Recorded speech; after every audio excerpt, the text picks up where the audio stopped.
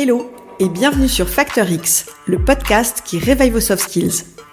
Je suis Anna Martineau et je suis convaincue qu'on peut devenir de meilleurs managers, de meilleurs vendeurs, de meilleurs communicants ou encore mieux collaborer au sein d'une équipe si on décide d'investir dans notre savoir-être.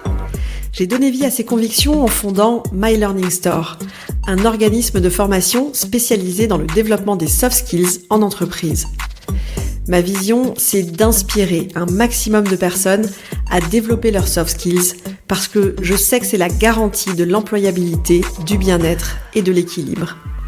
Et c'est aussi pour ça que j'ai lancé Factor X, le podcast qui va littéralement réveiller vos soft skills. Ici, je vous livre des pratiques qui marchent pour réveiller votre truc en plus, libérer votre potentiel et devenir une meilleure version de vous-même.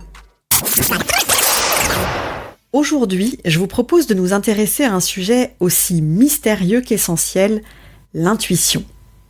Vous savez, cette petite voix intérieure, ce sixième sens qui fait que vous sentez les choses. Cette sensation étrange qui nous pousse dans une direction, ce sentiment interne qui vous pousse à penser oui ou non, sans aucune raison apparente. L'intuition, c'est un peu une question de foi. Certains y sont totalement insensibles et d'autres, dont je fais partie, j'avoue, sont plutôt du genre à suivre leur instinct pour prendre des décisions. Alors, suivre notre intuition au niveau perso comme au niveau pro, est-ce que c'est une bonne ou une mauvaise idée ? L'intuition, c'est ce sentiment, cette impression qui surgit de nulle part.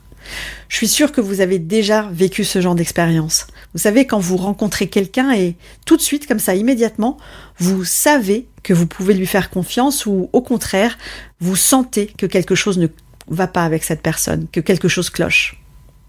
Ou alors, quand vous avez une décision à prendre, il y a une option qui vous semble être la bonne sans que vraiment vous soyez capable d'expliquer logiquement pourquoi. Eh bien, c'est ça, l'intuition.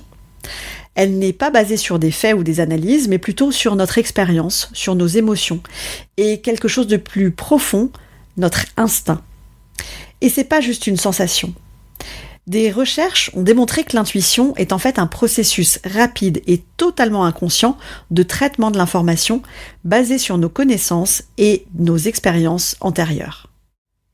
Au niveau pro, l'intuition, ça joue un rôle beaucoup plus important qu'on le pense. Vous avez sûrement déjà entendu parler de ces entrepreneurs qui attribuent leur réussite à leur capacité à suivre leur instinct. L'intuition peut guider à faire face à des choix complexes quand des données factuelles ne suffisent pas.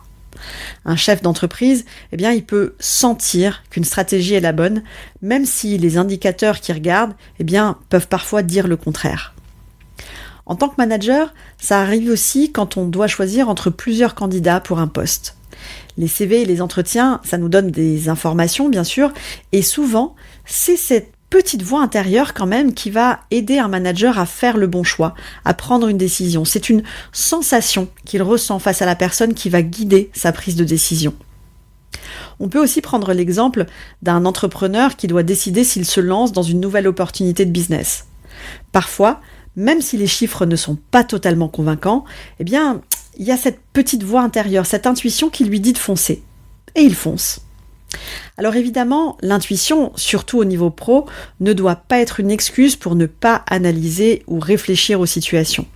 Ça remplace pas du tout l'analyse, mais c'est ce qui pourra nous aider à compléter notre pensée. Alors tout ça c'est bien joli, mais que dit la science au sujet de l'intuition ? Vous allez voir, c'est assez fascinant. Les neurosciences nous prouvent aujourd'hui que l'intuition est liée à certaines zones spécifiques de notre cerveau. Elle est considérée comme une forme de traitement cognitif rapide, souvent basé sur des modèles appris et non conscients. Elle s'appuie sur nos expériences et nos connaissances antérieures pour nous aider à prendre des décisions. C'est en quelque sorte une espèce de raccourci que notre esprit va utiliser pour tirer des conclusions rapidement. Mais c'est justement cette rapidité qui peut parfois nous jouer des tours. Notre intuition peut en effet être influencée par des biais cognitifs ou des expériences antérieures négatives. Donc, même si l'intuition, à mon sens, est vraiment un outil très puissant, elle doit être utilisée avec prudence et être complétée par une réflexion et une analyse quand même profonde des contextes et des situations.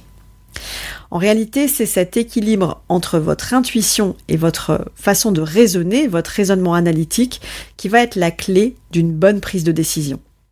Alors pour bien utiliser notre intuition, il faut déjà savoir la reconnaître et la distinguer surtout de ce que pourrait être une simple réaction émotionnelle.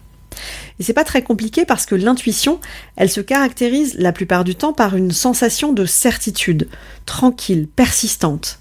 C'est, vous savez, ce sentiment de savoir quelque chose, mais sans savoir forcément pourquoi. L'intuition est calme, profonde, et elle ne pousse pas forcément à l'action immédiate. À l'inverse, une impulsion, c'est une réaction émotionnelle plus forte, généralement qui vient en réponse à un événement qui vient de se produire. L'émotion, c'est plus volatile, moins stable. Pour apprendre à reconnaître et à faire confiance à votre intuition, il faut développer une certaine forme de pleine conscience de vos pensées et de vos sentiments. Des pratiques comme la méditation, passer du temps seul, réfléchir tranquillement, peuvent vous aider à mieux entendre et à faire confiance à cette petite voix intérieure. Et avec le temps, vous deviendrez de plus en plus habile et vous saurez distinguer l'intuition de simples réactions émotionnelles. La bonne nouvelle, c'est que vous pouvez apprendre à développer votre intuition. Parce que, comme toutes les compétences, l'intuition peut être affinée et aiguisée avec de la pratique. Tout d'abord, faites de la place pour le silence. L'intuition parle doucement, et pour l'entendre, il faut parfois éteindre le bruit extérieur. Méditez, prenez de temps pour vous, soyez attentif à vos réactions et à vos sensations internes. Ensuite, faites confiance à vos premières impressions. Souvent, notre première réponse à une situation, c'est la plus intuitive.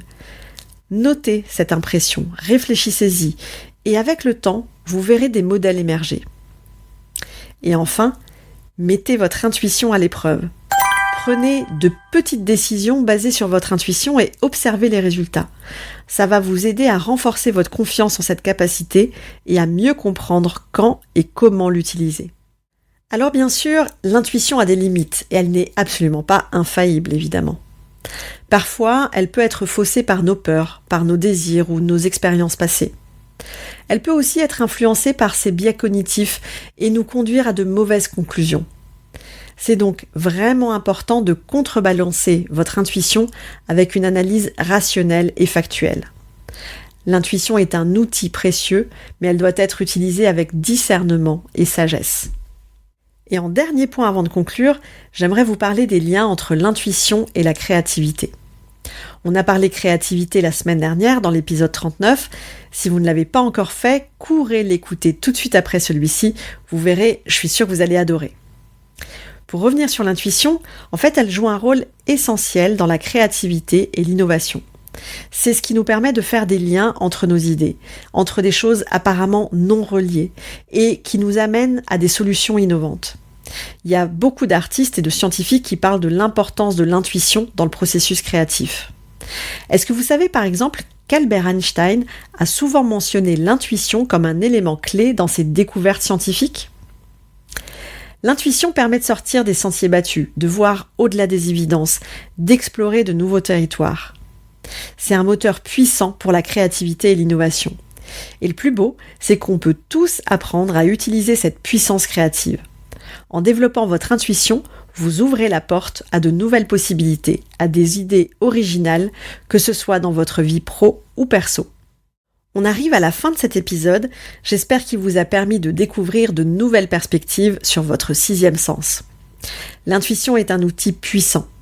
Et comme tout outil, il doit être utilisé avec sagesse et discernement. Je vous encourage vraiment à écouter cette petite voix intérieure, à la cultiver et à lui faire confiance, tout en restant ancré dans votre réalité et dans la raison. L'intuition, c'est quelque chose qui se développe sur un temps long. Et pour bien commencer, je vous propose pour mon challenge de la semaine de tenir pendant quelques temps votre journal de l'intuition. Le défi, il est simple. À partir d'aujourd'hui et pendant 2 semaines, vous allez tenir un journal où vous allez noter chaque fois que vous ressentez une intuition forte. Ça peut être n'importe quoi. Vous rencontrez quelqu'un pour la première fois, a priori rien de spécial, elle paraît sympa, mais vous sentez que quelque chose cloche. Ou plutôt même, vous ne la sentez pas. Ou alors vous avez une décision à prendre. Les faits, les données que vous avez, tout devrait vous pousser à prendre la solution A. Mais quelque chose vous dit que vous devez choisir la solution B. Bref, notez tout ça sur votre journal, notez toutes ces petites intuitions que vous ressentez. À la fin des 2 semaines, reprenez votre journal et voyez si vos intuitions se sont avérées justes ou non, et essayez d'analyser pourquoi. Quant à moi, je vous donne rendez-vous la semaine prochaine pour d'autres pratiques actionnables dans votre quotidien. Ciao ciao! Si cet épisode vous a plu, le meilleur moyen de me le dire, c'est déjà de vous abonner au podcast et aussi de me laisser un avis 5 étoiles avec un petit commentaire sympa sur Apple Podcast. Vos avis et surtout vos commentaires, ça va vraiment m'aider à mieux référencer le podcast sur iTunes et ça me motive encore plus à continuer à enregistrer ces épisodes toutes les semaines. Alors d'avance, merci pour ça.